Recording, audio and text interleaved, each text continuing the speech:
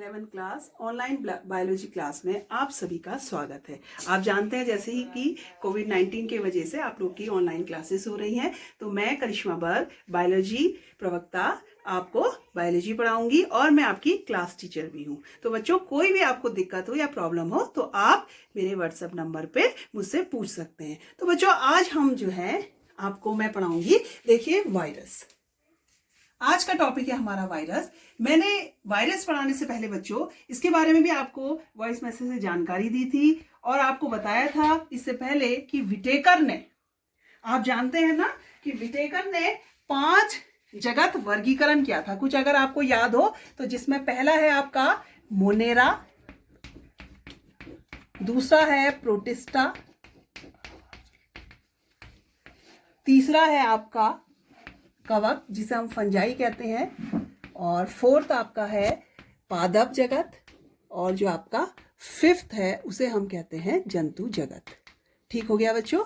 तो ध्यान करिएगा, विटेकर द्वारा जो वर्गीकरण किया गया जगत का, मोनेरा, प्रोटिस्टा, कवक और पादप जगत और जंतु जगत। अब आप कहेंगे कि वायरस, जिसे हम हिंदी में क्या बोलते हैं बच्चों, विषाणु, ये वर्गीकरण में सम्मिलित नहीं है। क्यों सम्मिलित नहीं है? क्योंकि ये अकोशिकीय है। आप जानते हैं जो सजीव होते हैं उनकी कोशिका संरचना होती है, लेकिन इनमें कोई भी कोशिका संरचना नहीं होती है। इसकी खोज कैसे हुई बच्चों? इसकी खोज इवानोवस्की नामक वैज्ञानिक ने किसमें की थी? टैबैको, तंबाकू की पत्तियों में, जिसे मोज़ेक रोग कहा जाता है। तो इसी के नाम से इसका नाम हो गया TMV। तो इसमें क्या देखा गया बच्चों? तंबाकू की जो पत्तियां हैं उसमें जाल से पड़ गए और उनका रंग बदल गया। और उसके बाद क्या देखा गया कि जब इनको किसी स्वस्थ पत्ती में इसका रस लेकर जब डाला गया तो वो पत्ती भी, स्वस्थ पत्ती भी क्या हो गई? संक्रमित हो गई और उसमें भी मोज़ेक ये जो है रोग उत्पन्न हो गया।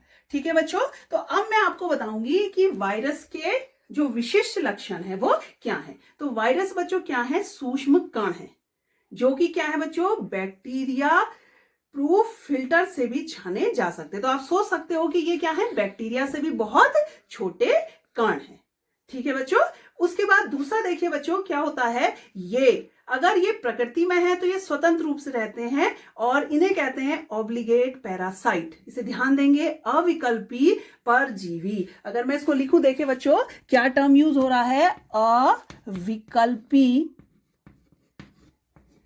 परजीवी। इसे कहते हैं ऑब्लिगेट पैरासाइट, क्योंकि परजीवी तो आप जानते हैं कि जो दूसरों पर निर्भर रहते हैं, लेकिन यहां पे हमने एक टर्म यूज किया है ऑब्लिगेट, तो इसका मतलब है कि इनका लाइफ साइकिल बिना होस्ट सेल के कंप्लीट नहीं हो सकता है। तो वायरस क्या है बच्चों? जब ये प्रकृति में है, बाहर है, तो ये क्या है? इनएक्टिव है, निर्जीव है, और इनके क्या है? क्रिस्टल बनाए जा सकते हैं। और जब ये किसी होस्ट सेल में जाते हैं, उसमें इन्फेक्शन करते हैं जब, तो ये क्या करते हैं? होस्ट सेल, माने इसको समझिए पोषी कोशिका जिसमें ये एंटर हो रहे हैं, उसको क्या करते हैं बच्चों? ये उसकी मशीनरी का उपयोग करके अपने लिए रेप्लिकेशन करते हैं। क्योंकि बच्चों इनके जो गुण है उसमें क्या है कि इनमें उपापचय क्रियाओं में कोई भी इनमें एंजाइम नहीं है, ना प्रोटीन है। ये क्या करते हैं? जिस पोषी कोशिका को इन्फेक्ट करते हैं उसी से एंजाइम और प्रोटीन को लेके अपनी संतति को बढ़ाते हैं। अब आइए बच्चों इनकी हम रासायनिक संरचना को देखते हैं। सब वायरस की संरचना एक सी होती है। रासायनिक संरचना बोल रही हूं बच्चों इसलिए क्योंकि मैंने बताया कि ये अकोशीय हैं और इनको हम कहते हैं एकैरियोट्स कहते हैं। ठीक है? 2 टर्म्स आपने सुने होंगे, प्रोकैरियोटिक और यूकैरियोटिक। ये अकैरियोट्स हैं क्योंकि इनमें आप देखते हैं कि सेल की संरचना नहीं है। इसके लिए मैंने एक चित्र बनाया हुआ है, यहां देखिए बच्चों, जिसे हम क्या कह रहे हैं? बैक्टीरियोफेज। ये क्या है बच्चों? बैक्टीरिया को खाने वाले वायरस। अगर हम इसको कहें तो ये इसका मीनिंग हो गया बैक्टीरिया ईटर। ठीक है? तो ये ऐसे वायरस हैं। जो ये चित्र आप देख रहे हैं इतना बड़ा सा बना है, ये तो आपको, क्योंकि बच्चों वायरस जो है इतने सूक्ष्म कण हैं कि ये इलेक्ट्रॉन माइक्रोस्कोप से देखे जाते हैं। तो बैक्टीरियोफेज क्या है?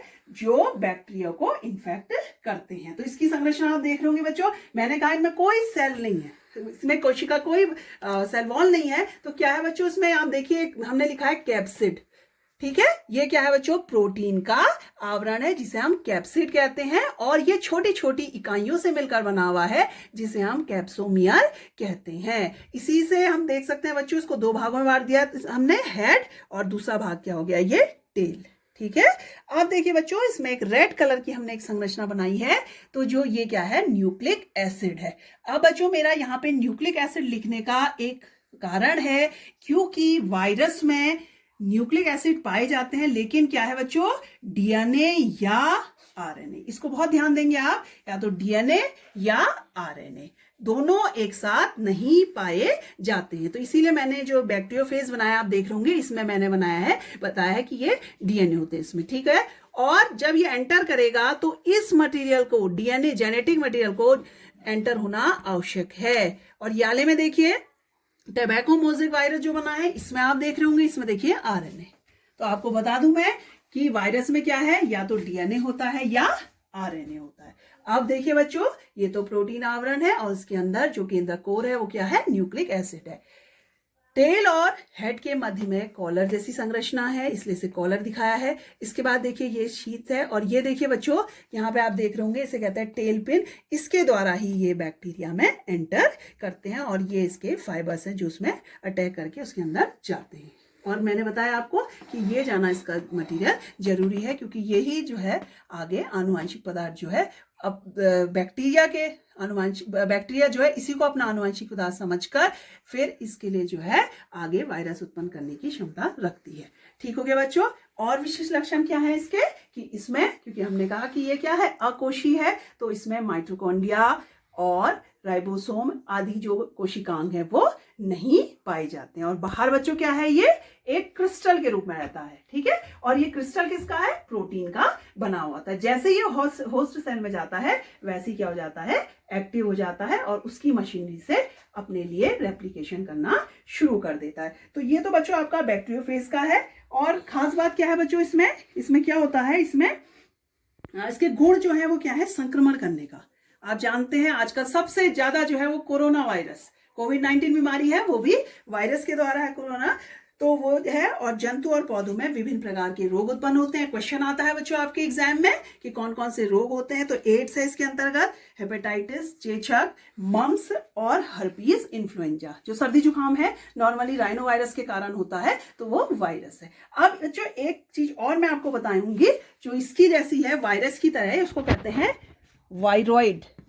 वायरॉइड, इसको भी ध्यान देंगे आप। वायरॉइड क्या है बच्चों, ये भी वायरस से और छोटा कण है, ये वायरस से और छोटा कण है। इसमें बच्चों प्रोटीन आवरण नहीं पाया जाता है। ठीक है, इसमें प्रोटीन आवरण नहीं पाया जाता है, इसमें और केवल क्या पाया जाता है, आरएनए पाया जाता है। और इसकी खोज किसने की थी, डाइनर ने की थी। तो वायरस की खोज किसने की थी, इवानोवस्की ने की थी। और वायरस जो है बच्चों क्या है, अकोशीय है, अविकल्पी आपका पैरासाइट है, जिसे हम ऑब्लिगेट पैरासाइट कहते हैं। और जब वो बाहर रहता है वातावरण में, तो प्रोटीन क्रिस्टल के रूप में रवेदार रहता है। और जैसे ही वो कोई बॉडी या किसी सजीव में एंटर करता है, तो वो क्या हो जाता है, एक्टिव हो जाता है। इसीलिए स्टैनले ने इसे क्या कहा था, सजीव और निर्जीव के बीच की अवस्था कहा है। तो बच्चों आशा करती हूँ आपको समझ में आया होगा। अगर आपको कोई दिक्कत है तो आप मेरे व्हाट्सएप नंबर पे मुझसे क्वेरी कर सकते हैं। थैंक यू बच्चों।